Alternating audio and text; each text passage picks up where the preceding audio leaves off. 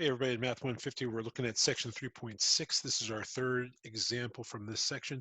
And in this case, we're going to start off a little differently. We do not already equal zero in this problem. So what we need to do is start by making this expression have a zero on one side. So we're actually going to start by subtracting 2 from both sides.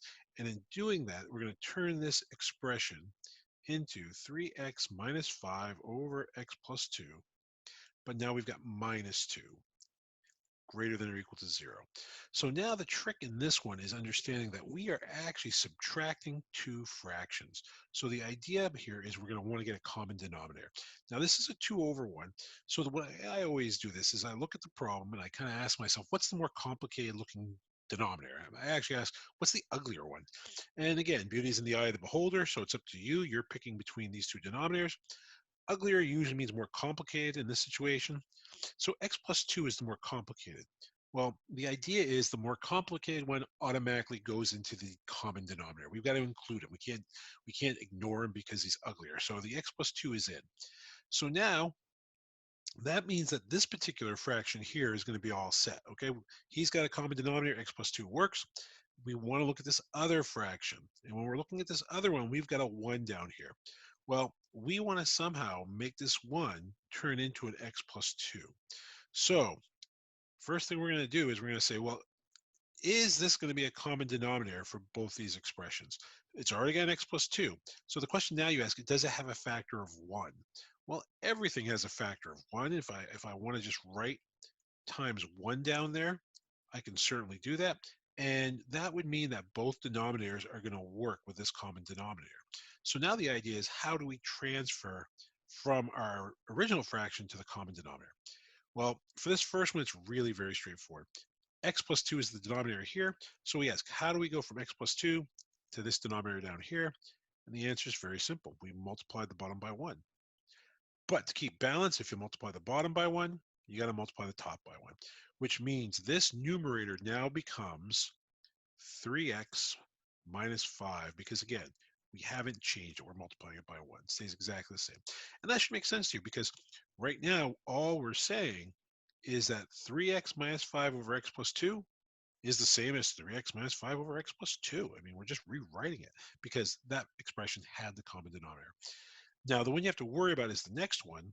And the reason you have to worry about the next one is because we've got to take this 1 and we want to turn this 1 into this denominator of x plus 2 times 1.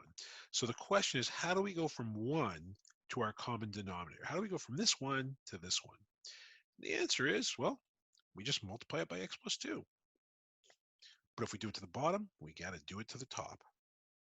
Now, be careful on this one. Be very, very careful, because a lot of people just see a 2 here. It's really a negative 2. So I'm really multiplying a negative 2, and you've got to distribute it. So this is going to turn into negative 2x, and then we do the second distribution, negative 2 times positive 2 is going to be minus 4. All of this is still greater than or equal to 0. So now we're going to clean up the terms after we've added the fractions. And what we're going to find out is that we're going to combine this term right here with this term. So the 3x minus the 2x is just going to give me x. We've got a negative 5 and a negative 4, which is going to give me minus 9. And on the bottom, we've got x plus 2 times 1, which is just x plus 2. And now we're ready to go, because now we've got our expression as one fraction, 0 on the other side. Just like in our last videos, what we're going to do now is we're going to make a trichotomy number line for this guy. X minus 9 over x plus 2. We're going to start by finding the zeros. This numerator equals 0 and x equals 9. So we know 9 goes on our number line as a 0. And now we're going to find the undefined values. So that's the denominator. X plus 2 equals 0 when x equals negative 2. So negative 2 goes there, and that's undefined. Now we're going to use test values to find out the positive and negative results. So using a large negative number, well, that in the top, negative minus 9 is negative. Large negative minus 2 is going to be negative. A negative over a negative is going to be positive. Moving to the next region, I'm just going to use 0. Plugging it in directly, I'm going to get negative 9 over a positive 2. Overall, that's a negative answer. And then I'm going to use the value greater than 9, any number you want, choose 100. In the numerator, 100 minus 9 is positive. The denominator, 100 plus 2 is positive. That is a double positive. So now all that's left is to answer our question. Be careful on this one. You go back here and it's not obvious what we're looking for. I would much rather go back to our expression where we've got the 0, because we're looking for places where our number line was greater than or equal to 0. In other words, we're looking for where we had positive results or 0 results. I can see that pretty clearly. Right here is positive, right there is 0, right here is positive. Ooh, let me back up. I'm sorry. The first region is positive. I'm fine there. But the 2 is actually undefined. I cannot include the 2. I spoke too soon. It's undefined. This part is positive, and this one is 0. So the answers I'm looking to give start back at negative infinity. They do continue to negative 2, but I can't include either side of this. We can never include the infinities, and negative 2 can't be included.